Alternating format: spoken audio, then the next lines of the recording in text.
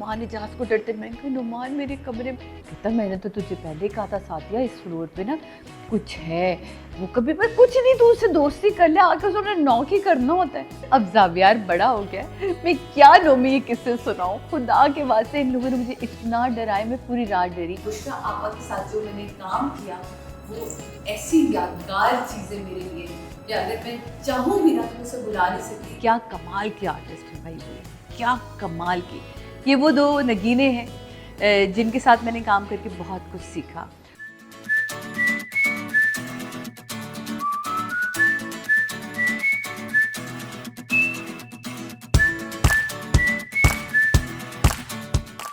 अस्सलाम वालेकुम जी, मैं हूँ सादिया इमाम। आप लोग मुझे जानते हैं शोज़ के हवाले से, ड्रामों के हवाले से, मॉडलिंग के हवाले से, लेकिन आज मैंने सोचा आपसे मुलाकात की जाए अपने यूट्यूब चैनल के हवाले से। जी हाँ, इससे पहले कि मैं अपना शो शुरू करूँ, आप लोग जानिए सादिया इमाम को, सादिया इमाम की ज़बान, ताकि आप जान सकें कि मैंने अपनी ज़िंदगी के 25 साल इस इंडस्ट्री को दिए। उन 25 सालों में, तो कह रहा कितना साल है, 25 साल दिए, लेकिन उन 25 सालों में किन जय्यद लोगों के साथ मैंने काम किया, कैसे कैसे अपने आप में एक अंजुमन स्टार्स गुजरे हैं, डायरेक्टर्स गुजरे हैं, राइटर्स गुजरे हैं। यकीन जानिए जब मैं याद करने बैठी तो कुछ के तो मुझे नाम भी याद नहीं आ रहे थे, कुछ चीज़ें मेरे दिमाग से स्लिप हो रही थी, लेकिन जो याद आई उनको मैंने ऐसे करके महफूज कर लिया, क्योंकि ये ऐसे नाम हैं जिन्होंने आज सादिया इमाम को सादिया इमाम बनाया। सबसे पहले हर इंटरव्यू में आपने सुना नबीला का जिक्र, जिनकी पहली नज़र थी और उन्होंने कहा था यू आर ए स्टार, और मैं हंस पड़ी थी कि क्या बात कर रही है, लेकिन एक ही साल के अंदर उन्होंने साबित कर दिखाया कि yes you are a star. उसके बाद मेरी मुलाकात हुई मेरी ज़िंदगी के उस बेहतरीन इंसान से जिन्होंने आज मुझे ये पहचाना था, यानी कि काजिम पाशा साहब। काजिम पाशा साहब ने का ड्रामा 96 में उलझन ऑन एयर हुआ। उलझन के सेट पे जब मैं पहुंची तो वो एक बड़ी यादगार सी चीज़ है। कुर्बान जलानी साहब वहाँ मौजूद, अल्लाह गरी के रहमत करे, जीनत यास्मीन साहिबा, यू नेम इट, मतलब इतने सारे लोग उसके अंदर मौजूद हैं कि ज़किया अकबर साहिबा ने उसको लिखा था।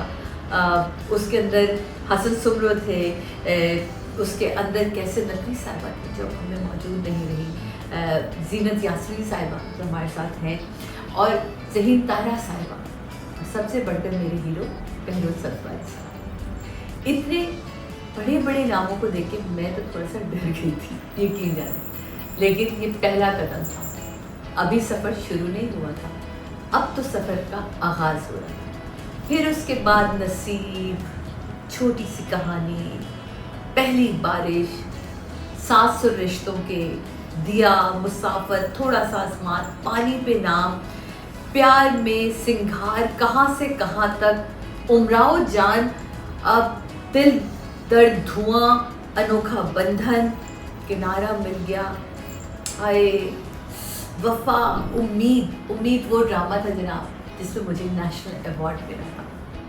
कॉलोनी 52 पहला लक्स स्टाइल अवार्ड मैंने उसमें विन किया। अनवर मकसूद साहब का लिखा हुआ ड्रामा, और एस सलमान साहब ने उसे डायरेक्ट किया था। आपको दिखाऊंगी वो तस्वीर जो अनवर अंकल ने सेट पे बैठ के मेरी बनाई थी। फिर हुआ उसके बाद जनाब एक और लंबी कहानी, मतलब इतनी लंबी कहानी है कि मैं चंद नाम ले रही हूँ ताकि आप उन चंद नामों में आपको समझ आ जाए। दोहरी था, सिर्फ एक बार था, मामता सिर्फ एक बार, वो ड्रामा जिसे मैंने डायरेक्ट किया, तपिश जिसे मैंने डायरेक्ट किया, इजाज़त, चाहत, बिल्किस कौर, इश्क, जुनून, दीवानगी, खाली हाथ, रोशन सितारे, और ऐसे कई ड्रामे, निकाह, नसीब। मतलब मैं आप सोचती हूँ तो मुझे अपने आप पे फख्र होता है कि मैंने इतना काम किया और ऐसे लेजेंड्स के साथ काम किया, जिनमें तलत हुसैन साहब मौजूद थे। वो यकीनन देख के मुझे मुस्कुरा रहे होंगे, बड़ी दोस्ती थी मेरी उनसे, और उन्होंने मुझे सिखाया था स्क्रिप्ट को कैसे याद करना है। शफी अख्तर शाह, आहा, क्या ये कितने बड़े लोग थे, इनकी बात में ना एक अंजुमन थी, ये आपको इतने प्यार से कुछ सिखा जाते थे और आपको पता ही नहीं चलता था। ऐसे ही उनमें इतने सारे नाम है। मैं सोचूं, आपको पता है ये जो आपके पिलर्स होते हैं ना, यानी कि जो साइड रोज होते हैं, जिसमें असलम लाडर साहब अब हमें नहीं है, लेकिन क्या कमाल काम उन्होंने किया, क्या कमाल के आज। मैं उनसे बहुत डरती थी जब वो सेट पर आते, लेकिन बाद में उनसे हमारी भी दोस्ती हो गई। फारूक ज़मीर साहब एक ड्रामे में मेरी एक ड्रामे में वो मेरे बाप बने थे और दूसरे ड्रामे में वो मेरे शौहर बने थे। क्या बात है लेकिन ये ज़िंदगी का हिस्सा होता है। इसी तरह फरीद नवाज बलूच साहब, क्या कमाल के इंसान थे, मौला उनको बरी के रहमत करे। आप यकीन जाने उन्होंने मेरी डायरेक्शन में भी काम किया जब मैंने तपिश ड्रामा डायरेक्ट किया। इसके अलावा गुलाब चाडियो साहब है, मोइन अख्तर साहब हैं, हसाम काजी, अयूब खोसो, कोयटा के ये वो लोग जिनको मैं भूल ही नहीं सकती। हसाम मेरा दोस्त, मेरा यार, जिसकी वजह से मेरे बाप ने ये इजाज़त दी थी कि तुम कोयटा जा सकती हो। एक छोटा सा वाक़या इसमें आपको सुनाती चलूँ कि जब हमारी भाभी जो है जिनका ताल्लुक़ कोयटा से है, हम कोयटा गए तो मैं एक दिन के लिए कोयटा गई थी। तो हमने सोचा भाई की बारात आ गई, थोड़ा हम भी कमरे को सजू ले जहाँ उन्होंने हमें ठहराया था। वैसे तो सब बाहर उठ गए थे, तो हम लोग शॉपिंग पे निकल पड़े। अब हमें कोयटा का ना सर पता ना सुर पता कि कहाँ से शुरू करें। तो हमें छोटा सा कोयटा, यकीन माने, कुछ अचानक से मिला और उसने गाड़ी रोक के कहा, ओए ये क्या करी है तू क्या करी। तो फिर मैंने उसे बताया कि मेरे भाई की शादी है। वो मेरी भाई की शादी में भी आया और उसने हमारे लिए इतनी ज़िंदगी आसान कर दी कि मैं आपको क्या बताऊं कि शायद यही वो दोस्त होते हैं जिनका जिक्र कहा जाता है कि हर हाथ मिलाने वाला दोस्त नहीं होता, लेकिन जो दोस्त होता है वो हमेशा आपकी ज़िंदगी में दोस्त ही रहता है। जैसे कि मेरा सिम्बा, हर वक्त हर उस जगह से आना होता है जहाँ मम्मा ने बैठना होता है तो ये मीरब के, लेकिन पालती में अब मेरा, तो इन्हें आपको गाहे बगाहे बर्दाश्त करना पड़ेगा। फिर बात शुरू करते जनाब हसाम गाजी की। मैंने बात कर ली आपको। इशरत हाशमी साहिबा, इंतज़ार हुसैन साहब, ओह माय गॉड, मैं ये नाम लिखते लिखते थक गई। कुलसूम सुल्तान साहिबा, मोइन अख्तर साहब, इजहार काजी, इस्मत ताहिरा साहिबा, इस्माइल शेख साहब, इब्राहिम नफीस साहब, जमील फ़खरी साहब। आप सोचे, मैं यकीन माने जब मैं लिख रही थी मैंने कहा मैं सबके साथ काम किया है। मैं वो ड्रामे देख रही थी, मैं कहती God I am so lucky कि मैंने इन लोगों के साथ काम किया है। आबिद अली साहब, क्या लेजेंड लोग थे जो आपको सिखाते थे। मदिया गौहर साहिबा, लाहौर से उनका ताल्लुक था। और एक और कहते कमाल रिजवी साहब, उनके बेटे के साथ भी मैंने कहा। लतीफ़ कबाड़िया साहब, उफ क्या हसीन इंसान थे, क्या अच्छे इंसान थे, आप यकीन माने। लहरी साहब, लियाकत सोल्जर साहब, ये वो तमाम लोग हैं जिन्होंने मेरा ख्याल है कि मेरी ज़िंदगी में बड़ा एक बहुत सारे नाम हैं। एमडी गुल हो गए, नेघत भट्ट साहिबा हो गई, निसार कादरी साहब हो गए, नाइला जाफरी साहिबा हो गई, कभी खान साहब हो गए। कभी खान साहब के साथ मैंने एक लाहौर में हम ड्रामा करे कभी अंकल के साथ। कभी अंकल एक ड्रामे में, जैसे मैंने अभी फारूक ज़मीर साहब का बताया कि कभी अंकल एक ड्रामे में मेरे फादर का रोल करें और एक ड्रामे में मैं उनकी जो हूँ बीवी का रोल करें। और इतना मज़ा आता था क्योंकि आप जब लाहौर जाते हैं तो लोगों की कोशिश होती है कि यार 2 सेट तो कम अज़ कम आप करें ताकि थोड़े से पैसे ज़्यादा बच जाते हैं। हमारे दौर में इतना मिनिमम अमाउंट हुआ करता था क्या, लेकिन मौला का शुक्र, उसमें बरकत बहुत ज़्यादा। तो होता क्या था कि वो वाले जो कैरेक्टर के लैंग्वेज थी वो सम टाइम कभी अंकल ना यहाँ बेटी वाले रोल में बोलते थे और कभी बेटी वाला रोल जो था वो उस वाले सेट का आता था। तो ये भी एक मज़ेदार। शाहिद साहब के साथ फिल्मों में हमने उन्हें देखा। बेवारिस जब मैंने ड्रामा किया तो शाहिद साहब के साथ मैंने काम किया एंड ये मेरे लिए बहुत फ़ख्र की बात थी। वो लेजेंड्स जिनको हम फिल्मों में देखते आए और फिर मैंने उनके साथ टेलीविज़न स्क्रीन को शेयर किया। फैसल बुखारी साहब एज डायरेक्टर मैंने उनके साथ काम किया बहुत ही। और मैंने जितना भी काम, मैं हमेशा कहती हूँ कि मैंने एज अ डायरेक्टर जितना काम सीखा है वो मैंने फैसल बुखारी साहब के साथ सीखा है। उन्होंने मुझे लाइट करना भी सिखाई, उन्होंने मुझे लाइंस ब्रेक करना भी सिखाई और उन्होंने मुझे बहुत चीज़ें टेक्निकली जो स्ट्रॉन्ग किया था वो उनके हिस्से में जाता है। सुहेल असगर साहब, सफ़िया जो है शफ़ी मोहम्मद शाह मैं पहले ऑलरेडी ज़िक्र कर चुकी हूँ इनका। इसके अलावा जो है अमजद इस्माइल साहब, और लाहौर के एक ऐसा नाम जिसका ज़िक्र किए बगैर ना मैं आगे इसलिए नहीं बढ़ सकती, वो है अफज़ाल चिट्टा साहब। अफज़ाल चिट्टा साहब ने मुझे सिखाया कि आर्टिस्ट को अपनी इज्जत कैसे करना। हम जर्मनी गए, आप यकीन जानिए मेरे यहाँ से कुछ फ्रेंड्स अमेरिका जा रहे थे और मेरे पास तो अमेरिका का वीज़ा नहीं। एंड ही टुक मी, मैं रो रही, मैंने कहा ये पता नहीं अब क्या होगा, कैसे होगा, पता नहीं मुझे मैं कैसे अमेरिका का वीज़ा लगवाऊंगी। तो उन्होंने कहा चल पुत्र मेरे साथ, में कपड़े निकाल के जा रहे। आप यकीन जाने वो मुझे पाकिस्तानी एम्बेसी लेके गए, वहाँ के एम्बेसडर ने मेरा हाथ पकड़ा और उन्होंने कहा जी मैं आपको एक लेटर दे रहा हूँ, मैं अमेरिकन एम्बेसी की, मेरा पहला वीज़ा जर्मनी से 5 साल का अमेरिका का लगा था। और उन्होंने मुझे बताया कि आपने जब भी कभी ट्रैवल करो तो सबसे पहले अपनी एम्बेसी को इन्फॉर्म करो, तो फिर आप देखना कि आपको क्या इज्जत भी मिलती है मज़ीद और क्या रिस्पेक्ट भी मिलती है। फिर उसके बाद मैंने अपना सूल बना लिया था कि दुनिया में जहाँ भी ट्रैवल कर रही होती तो मैं पहले अपनी एम्बेसी को ज़रूर इन्फॉर्म करती थी, और उसका मुझे बहुत दफ़ा बहुत फ़ायदा हुआ। अच्छा जी, फिर वापस आते हैं हम इस तरफ, और इस तरफ वापस आने के बाद आपको मैंने बताया कि हम बात करते हैं उन लोगों की जिनकी राइटिंग, जिनकी direction, we are so lucky, I am so lucky कि मैंने अमजद साहब का लिखा हुआ ड्रामा किया। अब बात करेंगे जनाब हम उन तमाम लोगों जिनकी लिखी हुई ड्रामे या जिनकी डायरेक्शन में मैंने काम किया। उफ, आई एम सो लकी कि मैंने डॉक्टर दरिया गाजी का लिखा हुआ स्क्रिप्ट भी किया, मैंने अहमद नदीम कासिम साहब का लिखा हुआ स्क्रिप्ट भी किया, मैंने नदीम हसन साहब का भी स्क्रिप्ट किया, मैंने अब्दुल कादिर जलीजी साहब के साथ का लिखा हुआ स्क्रिप्ट भी किया, अजमल अमजद साहब के साथ मैंने काम किया।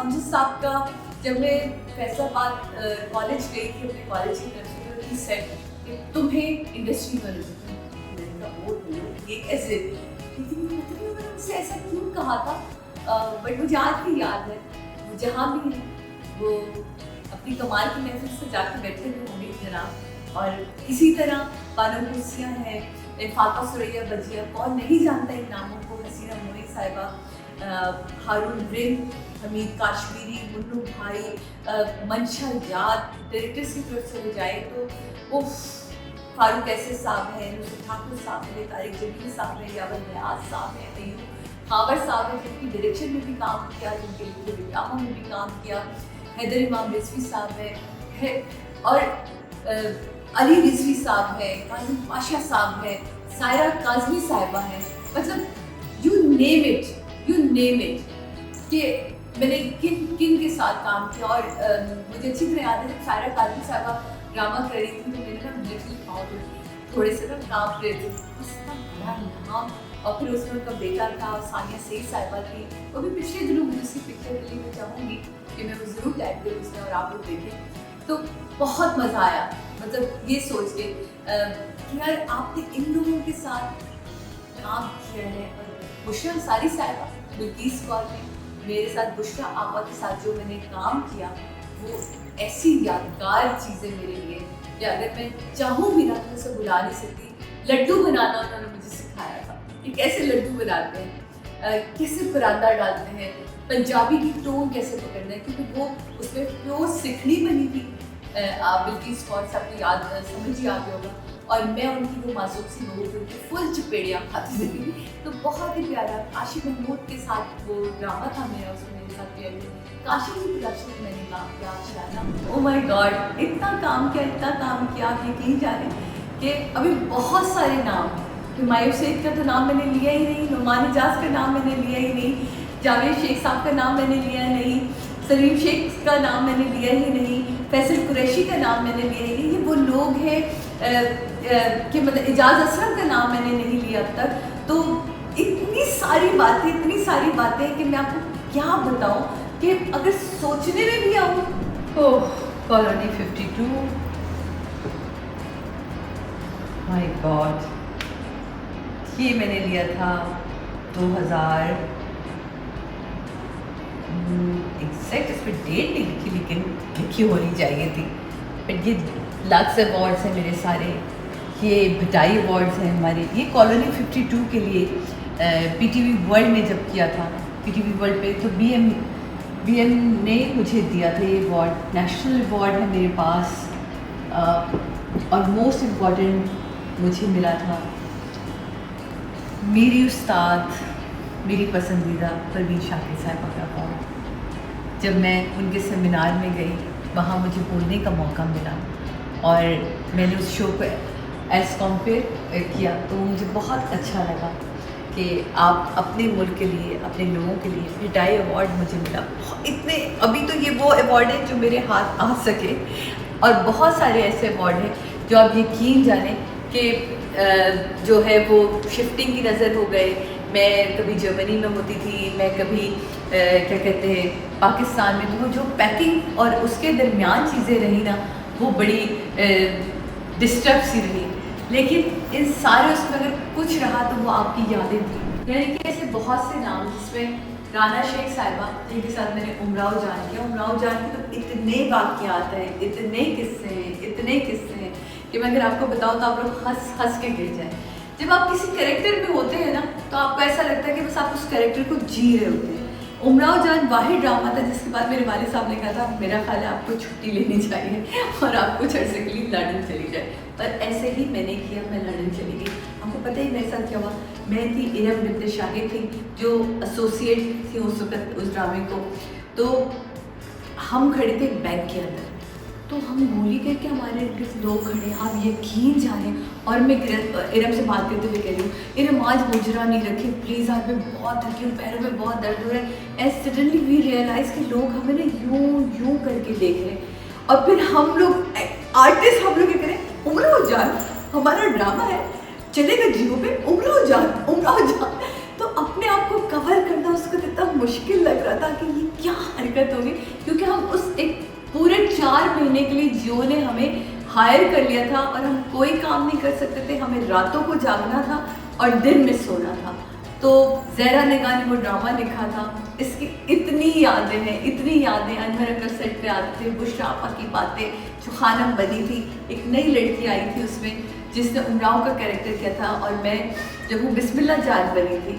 तो महमूद असलम, माय गॉड, फैसल कुरैशी, हुमायूं सईद, इनके लतीफ़े नहीं ख़त्म होते थे, हंस के हम गिर जाते थे।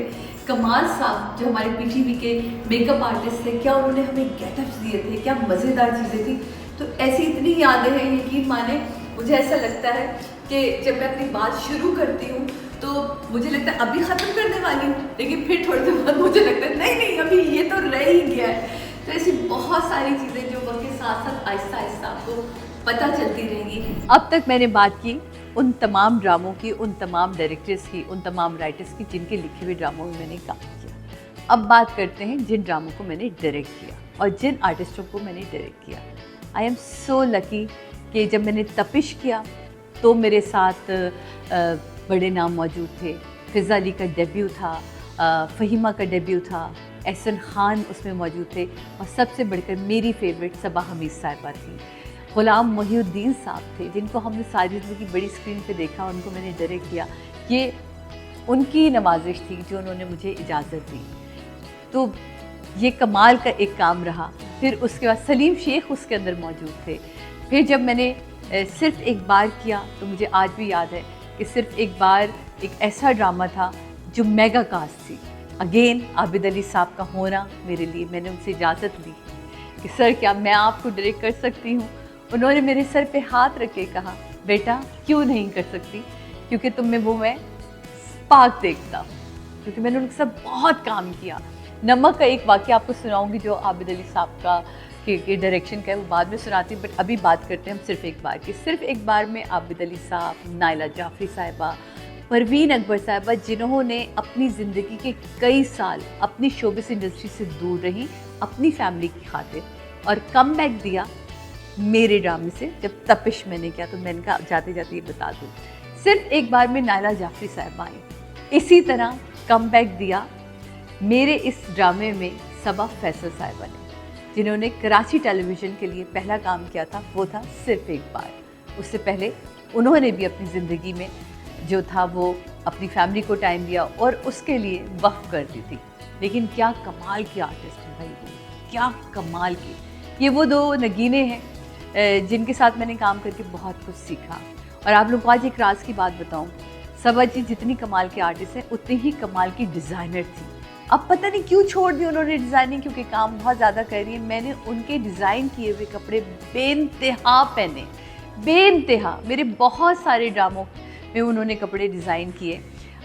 मैं ख़ुद एज़ डिज़ाइनर उसका बहुत ज़्यादा काम करती थी। मैंने लोगों की शादियों के लिए पूरी पूरी बनियाँ बनाई, America, Australia, you name it, जो मेरा कपड़ा जाता था और लोग उसके लिए सेल आउट हो जाता था। इसी तरह फिर आए सिर्फ एक बार पे तो एहसन ख़ान थे हमारे साथ उसमें मोनालिसा, अब उन्होंने अपना नाम चेंज कर लिया है। तो इंडिया काम कर आई, क्या ही मज़े की बात थी। और उसमें कुछ 16 गाने थे जिसको हमने डायरेक्ट किया। और TV1 का ये एक ऐसा सोप था जिस पे TV1 भी कहता है कि इससे इतना कमाया है हमने सादिया, और जिस तरह का तुमने काम किया था वो कमाल काम था। मैं अपने मुंह से अपनी तारीफ़ नहीं करती, लेकिन जब लोग वो काम देखते हैं तो ज़रूर कहते हैं। मैं इसका सारा क्रेडिट अपने उस्ताद फैसल बुखारी साहब को देती हूँ, जिनसे मैंने ये काम सीखा था, जिन्होंने मुझे क्रॉप करना सिखाया था, जिन्होंने मुझे एंगल्स सिखाए थे, जिन्होंने मुझे जिप भी सिखाई थी, जिन्होंने मुझे क्रेन चलानी भी सिखाई थी। तो आप देखेंगे अगर वो ड्रामा तो उसमें आपको ये सारी चीज़ें दिखेंगी।